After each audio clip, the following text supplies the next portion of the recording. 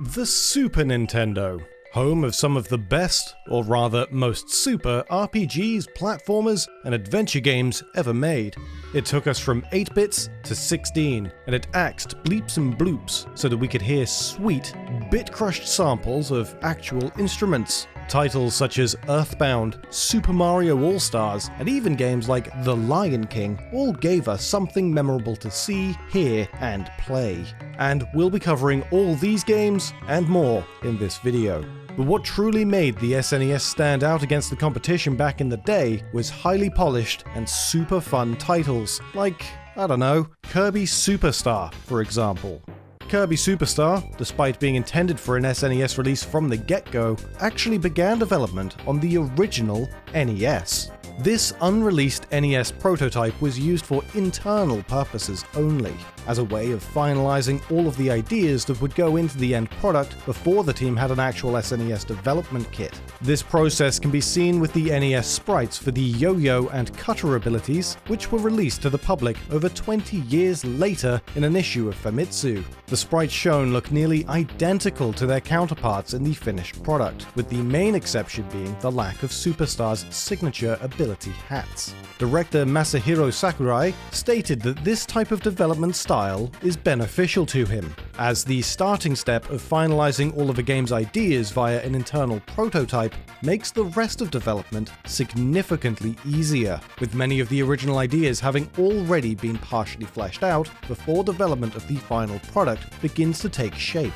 Speaking of early design stages of a game, The Lion King actually includes a number of levels and characters that don't have any obvious connection to its source material, The Lion King movie. This is because several levels and characters that appear throughout the game come from deleted scenes of The Lion King.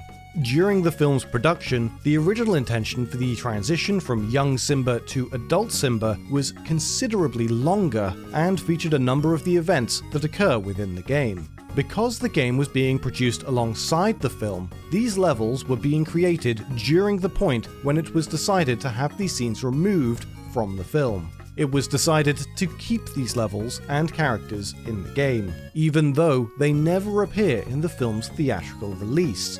This means that the game actually includes a more complete series of events than the film, arguably making it a more comprehensive look at the film's planned story.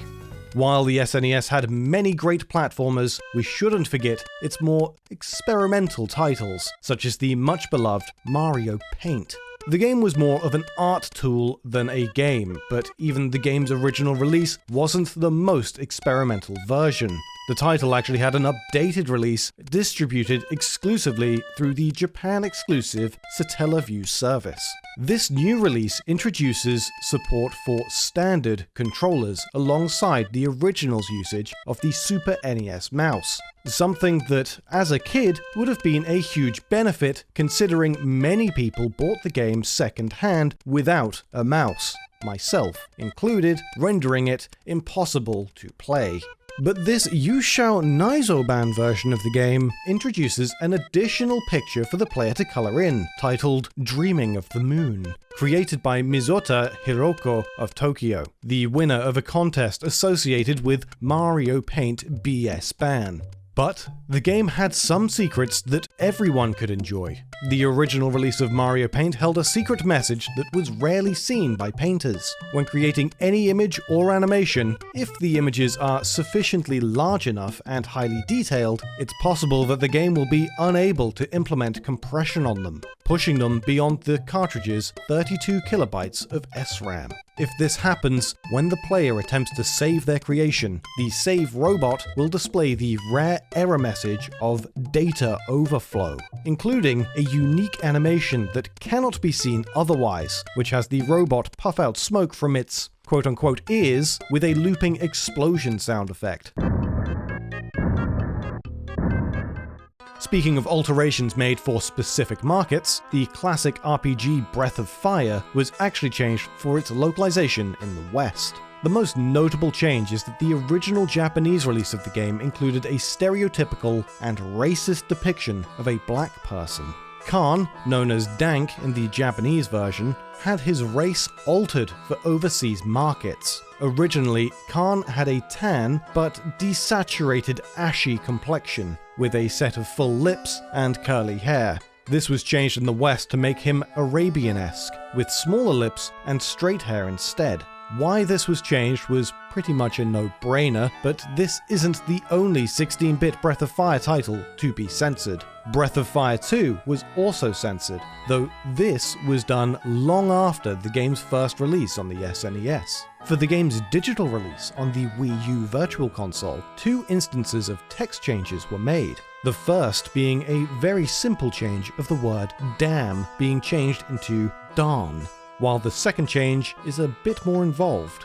One of the game's mini-games was changed, specifically in how it is described. Originally, the translation described the game as being kind of like Othello, with the issue being that Othello is actually a registered trademark and one which had encountered some legal disputes in the years running up to Breath of Fire 2's Virtual Console release. It was likely the easiest option to simply remove this text entirely, which is exactly what happens. The line, "It's kind of like Othello," was simply removed entirely. Another popular JRPG for the Super Nintendo was the last 16-bit Final Fantasy VI. In the game, when the party encounters Cyan, it's possible to find the Book of Secrets, an item located at Mount Zozo in the World of Ruin. Along with guides for understanding and operating machinery, the player finds the book in Cyan's trunk. The English release of the game sheds no light on the nature of its contents, but the original Japanese version gives a small clue as to what's inside the pages. Here, it's referred to as Choto Echi no Hon, which means a little naughty book. In the later Game Boy Advance release of the game, the book was called Bushido in the Bedroom, with the more obvious implication that the book was of a sexual nature. Okay, so look, we know it's a bit of a meme at this point that the original version of Super Mario Bros. 2, which we in the West saw on the NES, was actually a reskin of a Japanese game called Doki Doki Panic. We know it's a meme, but we got to explain it every time, because it's a very basic piece of information that needs to have context as to what we're talking about, so I'm sorry. What isn't as well known is that the original Super Mario 2 from Japan, which plays more like the original Super Mario Bros. And went on to be known as The Lost Levels in America and Europe, almost saw a standalone release in the West via Nintendo Power magazine. In an interview with writer John Irwin for his 2014 book on the game, former marketing manager at Nintendo of America and founding editor of Nintendo Power, Gail Tilden, stated, "We weren't doing anything with it, so I worked up with my Nintendo Power agency a campaign called The Lost Levels." According to Tilden, a single NES cartridge containing the original Super Mario Bros. 2 was made, but Nintendo worried the title would confuse the market, and thus they scrapped the idea.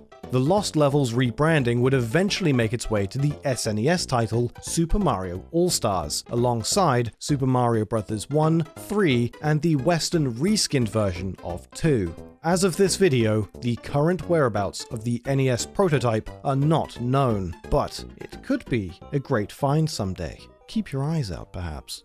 Earthbound may also have been a sequel to a Japanese exclusive NES title, Mother, but instead of playing it safe, this sequel went far more in depth.